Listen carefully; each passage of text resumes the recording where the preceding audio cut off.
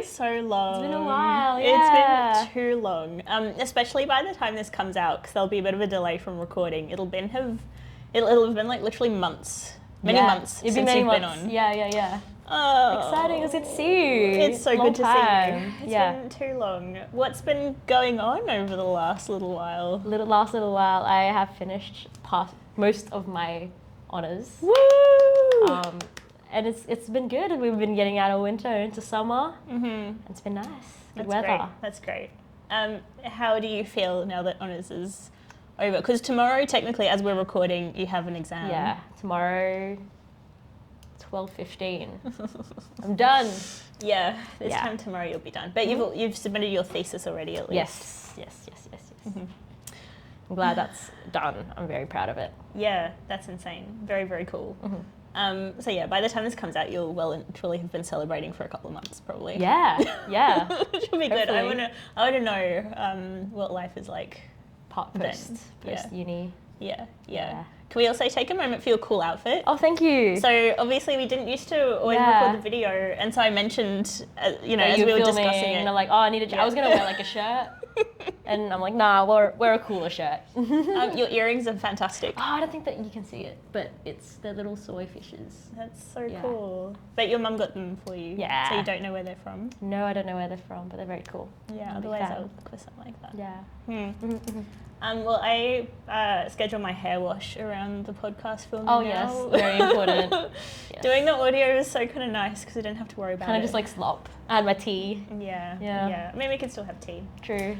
But we promised the people that we'd come back and talk about Agentic AI Security. Yes, and here we are. Yeah, and we kind of thought about, honestly, Agentic AI Security is something that we don't always deal with day to day. Yeah. So, and it's also really massive. It's a lot big of field, like subtopics that I personally think are important. But like, how do you condense that and choose the things that we think the listeners would like love to learn about? Yeah, so it's like an overwhelming topic, but I did have people reach out specifically about our other Agentic AI episodes. So funny, because I feel like of the episodes we've done, that was a bit like rushed in terms of research. Yeah, which is interesting because I think that was one where we filmed it like right after filming something else. Yeah, and we spent a lot more time thinking about the other thing. Yeah. But it was clearly something people have been thinking about a lot. So this is going to be a bit of a series, but we'll also include interviews with some other people. Yeah. So if you haven't already watched the episode that was a bit of an Agentic AI primer, that's probably a good place to start if you've never thought about Agentic AI. I think in it we talk about what is Agentic AI and why it's why it's different. Yeah, why it's different, why we should like think about it differently, what makes it important in different ways. We'll still give a bit of a summary today, but if you want like a more comprehensive overview intro, that's probably a better place to start. Yeah. And also you can keep driving up the view counts. So. That'd be great. We thought a good way to go through Agentic AI Security today would be to take a sort of case study approach. Because it is such a big topic, and usually people do like to hear real examples of how it could go wrong. So we've each come with like a case study, but we've also referred to quite a few different like reports and papers. Yeah. That we'll put the links here as well because they're really good resources as an overview, although they might be a bit too comprehensive depending on what you're looking for. Shall we start with some of those sources and then use that as an intro to like quickly summarize what Agentic AI is? Yeah. You found a few of the sources. Do you want to talk through sure. the reports and who wrote them? So I think last time we defined what an Agentic AI is. To take it a bit further, OWASP has a great resource on Agentic AI Security that breaks down like Agentic AI into like, different patterns or like subcategories. We'll link the paper in the show notes. But I'm talking about, I think, page 10-ish. They list about 10 kind of Agentic AI patterns. So common ways we see Agentic AI being implemented. And that kind of way of thinking gives us, in my opinion, a really great kind of base layer so that when I'm saying, like, talking about Agentic AI, you understand, like, which version I'm talking about possibly.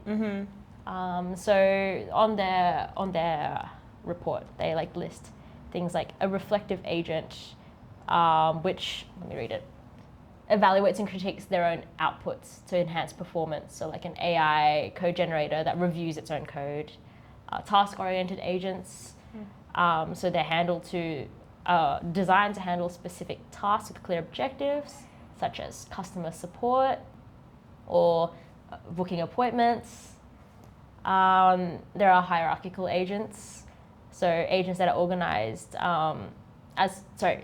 a hierarchy. So there's multiple agents working on an overarching problem, but maybe there's multi-stepped and like different agents have access and responsibilities for different things. So the example they give is AI systems for project management, where you have higher level agents kind of delegate tasks. Coming to delegation, like coordinating agents, they facilitate collaboration and coordination. A coordinating agent could assign subtasks to specialized agents, a distributed agent ecosystem. So in this case, it would be when agents interact in a like, not a hierarchical sense, like more of a decentralized ecosystem. For example, in Internet of Things, you could have agents kind of like responsible for different things, managing smart home devices. There's no like real hierarchy or like coordinating agent. Just happens.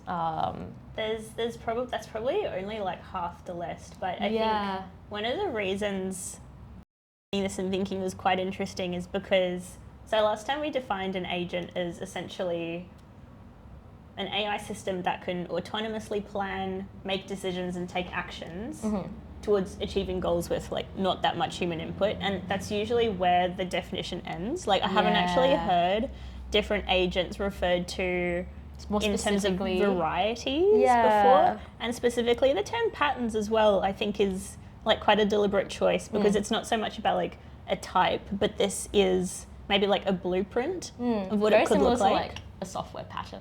Yeah.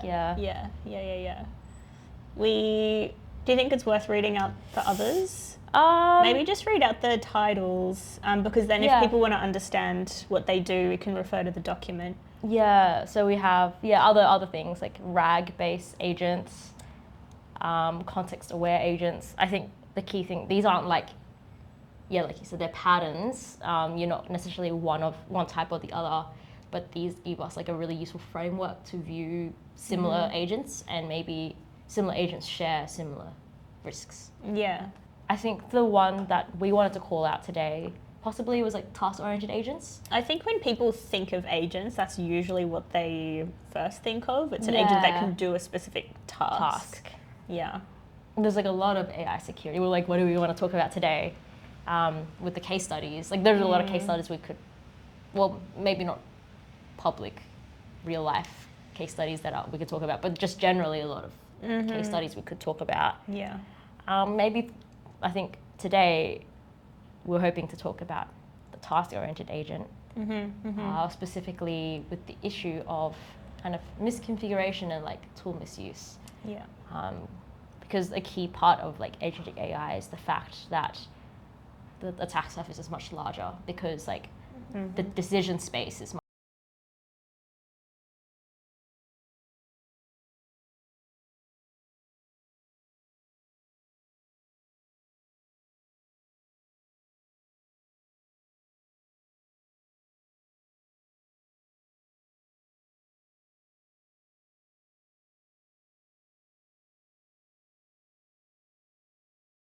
With Greg actually is that, and I had to listen to it back and be like, I could have said this better, or like I could have asked that question better. Something that he really spoke about quite a lot was differentiating between capability and risks. Yeah. So like I would often ask him a question like, what do you think about this kind of risk or that kind of risk? And he was like, I prefer to think of capability, because once you start talking about capability, people naturally think of the risks, or at least it becomes sort of more of an intuitive conversation. Yeah, and actually, that makes sense. I really like, and I think that's sort of how the patterns frame it as well, because they're not necessarily calling out agentic risks, but they make it really clear that these are what they're designed to do. Yeah, this is what they can do, and they can do so much. And these are all the different ways that they can do things and work together. And it makes you intuitively sort of think of all the complications and setting them up and configuring them to do not just the things that they're meant to do in the right way, but to make sure that they do that safely. And then that leads to all these different kinds of failure modes that become really obvious if they're even like a very small misconfiguration. Yeah, that makes sense. Yeah, talking to Greg was like, I see why he's very convincing for policymakers, because I feel fully convinced of just everything that he talked about now. Yeah, I think it's really cool, like all the work Gap has done to make the communication like be accessible to anyone or to the people they're aiming for. Do we want to talk through some more context before going into the case studies, or should we just dive in? Because some of these reports do have really good sort of high level categories of what is different about an agentic AI system than like just the kinds of AI tools and systems we might be used to today. Yeah, I think one important, because we briefly talked about that in the previous episode. Briefly, Maybe we should talk about like the context that's relevant to our case studies. Okay, why don't you start with yours then? Yeah, so let me find the one I was going to do. I think something like, because Tania and I have been in this space for a while, sometimes we're often in meetings as well, or we get access to like certain pilots and demos that aren't always made public too. So for us, I think there are lots of examples of agentic AI going wrong that don't necessarily make the headlines. I'm thinking not specifically of sensitive stuff, but the kind of stuff that like we've done. Stuff as well sometimes. Yeah, just little things where like, so specifically we're working with the network of AI Safety Institute. And so because of that, we get to speak to a lot of researchers who are kind of working in it day to day and constructing like pilots and doing research that are sort of pre-publication stage.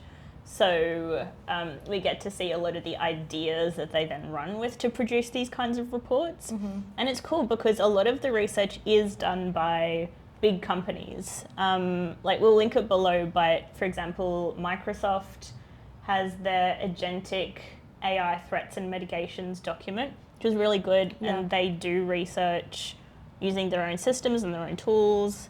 We know other companies like Anthropic and I think OpenAI do the same too. So there is quite a lot out there, even if we're not necessarily seeing large scale failures. Although you did find a report that called out like 11 famous that wasn't a report, that was just a really funny report. It was just very like, 2025, the most famous AI failures. And to be fair, number one was definitely one that we all knew. It was the Replit one. All of them I think we knew. They were all like, one of them was about Grok. Yeah, okay. One of them was about like Air Canada, where it was like, they had to like pay, like, the AI hallucinated wrong like figures. But no, I think it'd be cool to focus on like tool misuse. Okay, let's do it. So part of how agentic AI systems, and please correct me if I'm wrong, I haven't thought about this in a long time. You've been busy thesising, so. Yeah, and thinking about convex optimization. Damn. Yeah, tell everyone what your thesis was on, because it's on like related stuff, right? But like really somewhat, in the nitty gritty. Somewhat. Not even, I think it's more on the explainable AI side. So like understanding how learning happens. But this is like much higher level, like or more applied, maybe is the better word. Tool misuse. So AI agents, they are like powered by a large language model, well, most of them, powered by like a large language model that like kind of like does most of like the planning and decision making, quote unquote. But it also has access to tools. So for example, you could have an LLM, which is just like a text prediction model, takes input, which is text, outputs inputs that is text, but then gives, like, connects that output, text output, to like other tools. So such as like, maybe you want it to be able to use the internet to look for information, or to be able to use Python or like some sort of coding system so that it could like do calculations. The way you set up that, like configure that tool, like, and AI compatibility, I'm sure there's a proper word for it and I can't think of it right now. is really important. If you don't set the permissions right, so like perhaps you have an AI agent whose task is to respond to emails.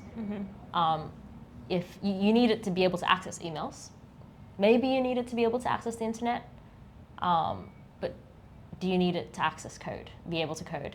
The reason why limiting access to what's important is that it prevents this thing called tool misuse. Like a cool example they talk about here, a case study in the OWASP report talks about an automated employee reimbursement workflow that uses an agentic AI system to input invoices and then do the work of reimbursing the right people. An example of tool misuse could be that somebody, a malicious person, inputs a valid invoice, but that is like purposely changed to be able to trick the AI agent into exporting sensitive customer records. Things like using possibly code to do that, and then emailing it to the like attacker's domain. So would they essentially put like a prompt injection into the receipt that the AI then interprets? Yes. And does the wrong thing? Well, in this case study, yeah. And you could like reduce, like you can limit the ability for somebody to do this by making sure as like the system developer that your agentic AI system doesn't have the capabilities it shouldn't need. Or things like doing the right like data practices with the input data. Or there's a few other things you could do, but that's just like an example of how tool misuse could happen. Yeah. The reason why I think this case study is interesting is because it's not necessarily new. We've had automated like workflows in the past, like an automated employee reimbursement exists. You know, we have those apps where like I like submit a thing and then like a finance person in the background only has to like say yes at the end. What makes agentic AI different is before we had like discrete steps, like read in the like invoice, translate it to words, like you were saying, and like with agentic AI, you can kind of smush them all into one, like you were saying, and that all the decision making that happens, like we don't really oversee if we're like to hand it all off to like an AI agent. Whereas in the past, you know, it wouldn't make sense that there's an injection, like prompt injection, that would like set off like code to run.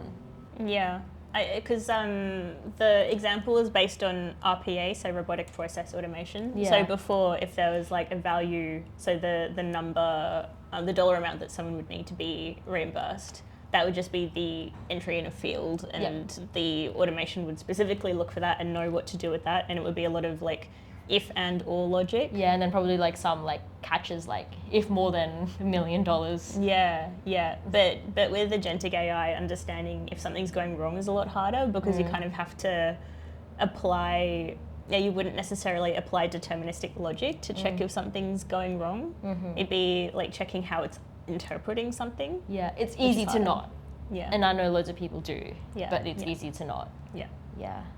I think like a more simple example, like people are using plugins and stuff to book flights using ChatGPT. You know, like similar things could happen. Yeah, yeah.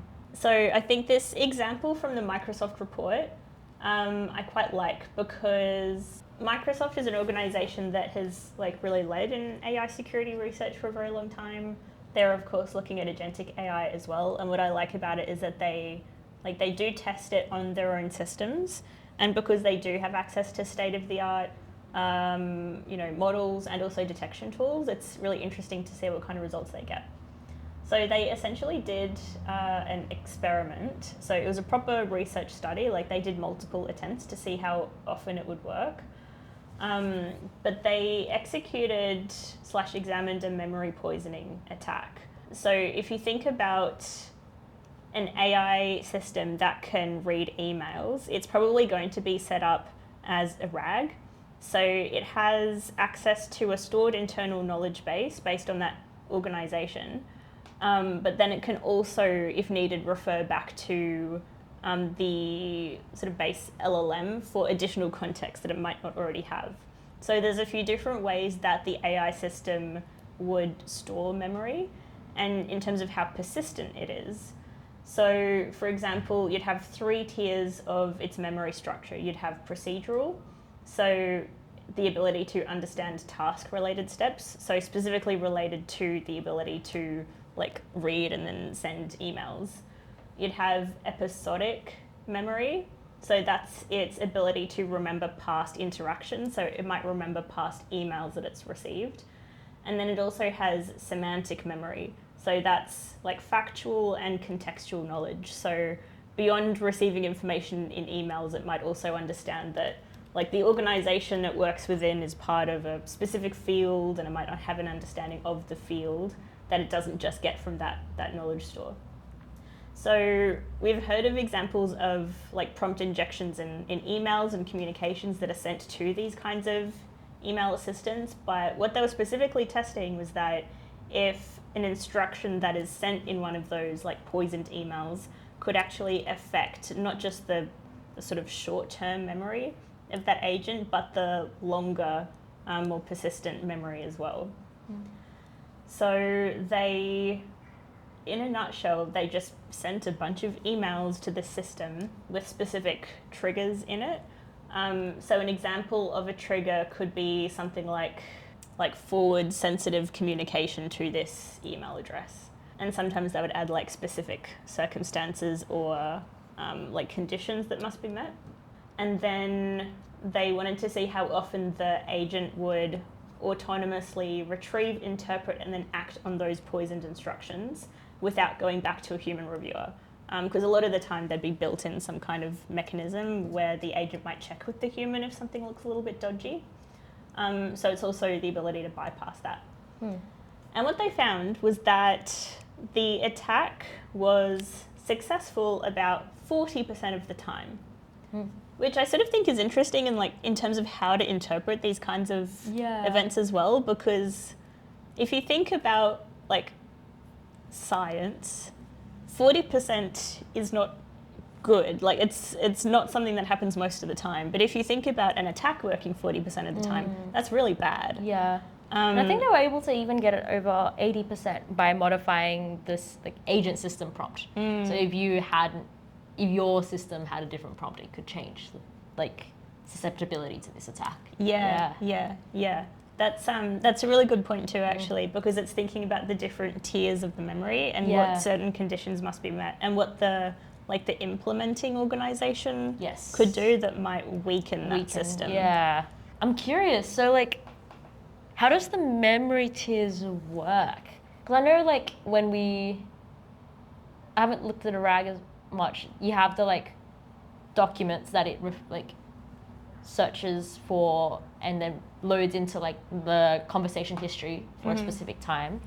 So would that be the second and first level? Yeah, from what I understand, that would sort of be the second level, and then like the first level would be how it interprets its instructions. Yep. And then the third level. Yeah, it would be the like wider knowledge, like its sort of knowledge of like the LLM weights? More like its ability to store facts beyond what it's been explicitly given that it remembers from like the base model. Oh, I didn't know that that bit gets updated. It doesn't. So recently I did like a demo where I had this very, very tight, like it was a pretty dodgy demo. Like it was just a very teeny tiny RAG database of like 4 lines essentially. But then it connected to, I can't remember which model, but it was sort of like an older model. It hadn't been updated in a little while.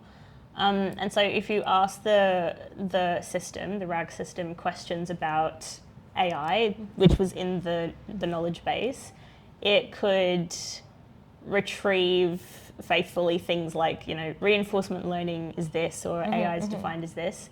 And if you asked it a question like, who was Donald Trump, it remembered because of the original training, like the pre-training of the base model. And even if store, then it could still tell you who Donald Trump was. But if you asked it who, like, Kevin Rudd was, who was a previous Australian Prime Minister, it didn't know who that was. It only knew American politicians. Yeah.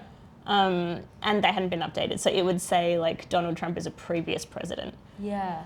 I find it interesting because I think, did you say that this paper found that some attacks were able to change that level of memory?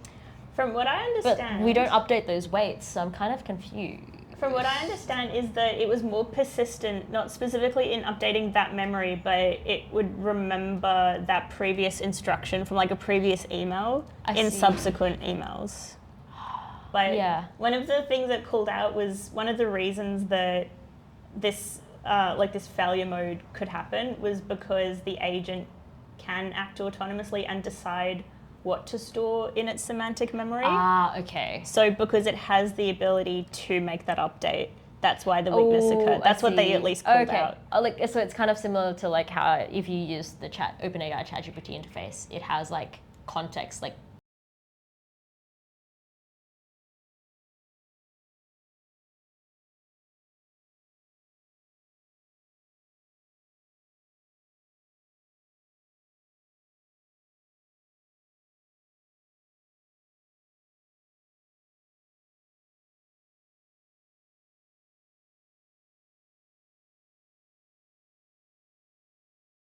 I see. Okay, yeah.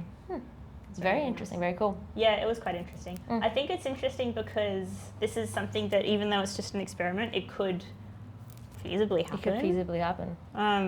Like I think that's the thing with a lot of these agentic AI case studies. They could feasibly happen. Why is it that we're not seeing them in the wild just yet? I mean, I would say that I think we are in limited ways, but also if... Yeah. I mean, because there was that article. We have seen it. Yeah, like, especially with emails, maybe not for AI agents, but we've seen like spam detection being like... being evaded. Being evaded. Yeah. That's very similar. Yeah. I think we have seen a few, I guess, 0-day equivalents in this space. Like we've seen, I think it was Copilot could let through some of these sorts of instructions, but they're pretty good at updating it. Yeah. So, when these things do happen, which is very cool. The systems get updated quickly enough that it doesn't cause These big orgs seem to be harm. pretty proactive about it, which is very cool. Yeah. Yeah. The problem, however, is that now any company can create agentic AI much more easy. And not that that inherently means that they're going to have weaker security, but not every company has the resources of something like Microsoft to be able to like update their system so quickly, to be able to run experiments. I get so icky, like for example, what's that? There's an AI like transcribing app that you can integrate with your Google Suite now. It's just like I've seen in the news that it had like a data breach, like just cybersecurity things. But like for me to be able to access my colleagues' transcriptions, I need to like have an account and give it access to like being able to not only read my like emails and videos, but also write to my calendar and things like that. I always get to like, I don't know if I want to. I know, it's tough, but it's so convenient. It's so convenient. Yeah. It makes everything so much easier. I know it's bad. I just don't want my like meetings to be weirdly transcribed and then kept and then trained on. On like a principle level. I feel like on a real life, like my data point being in there doesn't really change anything. It's more on principle. I agree. I agree with you. Actually, it's worth mentioning that, so we looked at memory poisoning from this case study, we looked at tool misuse. Yeah. These are 2 failure modes of many. Yeah. And they speak to the inherent weaknesses of agentic AI, which really is that, ability to act autonomously and interpret human instruction in a way that maybe humans did not intend. Yes. But also how hard it is to detect when it's going wrong. And it's not impossible, but it's just a bit harder. It's like harder. You have to do it differently from traditional cyber systems. We'll link all the reports so you can see the other kinds of failure modes, but they often come down to the inherent differences between, say, like an AI system and which is probabilistic, and a deterministic system, but it adds on the complexity of it being able to act autonomously as well. At speed and at scale. Yeah, absolutely. Actually, that's a really good point, because all of these things by themselves, sure, we can like detect and catch them by the scale that this happens at and the speed that, attackers can reorient and update. And we're also limited by the techniques. bounds of like our preparation and our imagination of what we should prepare for. Yeah, 100%. Do you think there are any closing notes? We could talk through like how to prevent this kind of stuff, but that could also probably be its own episode. Maybe I'll do that with a guest. Yeah, and I feel like there's a lot of information in these reports. They're like really good in terms of like well like put out, and people could learn a lot from them. So I think it's better. Point to that. Yeah. We're not going to talk through it when you could read it yourself. Yeah.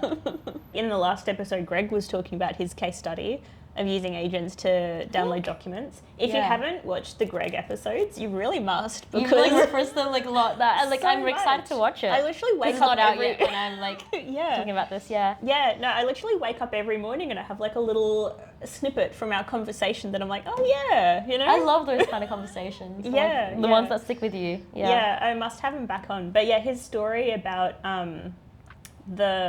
his agents going wrong and accidentally doing something bad. And calling, like, speaking to the gap in regulation and policy. We don't need to go into that rabbit hole again, but it brings up so many more questions, about how do you govern them properly, who's responsible for what, who's accountable. Who's accountable is big. Who's accountable is big, and it's like unanswered for like normal AI as well. Or like, lots of things in life. Yeah, lots of things in life. It's been a big year. Yeah. Okay. Any closing?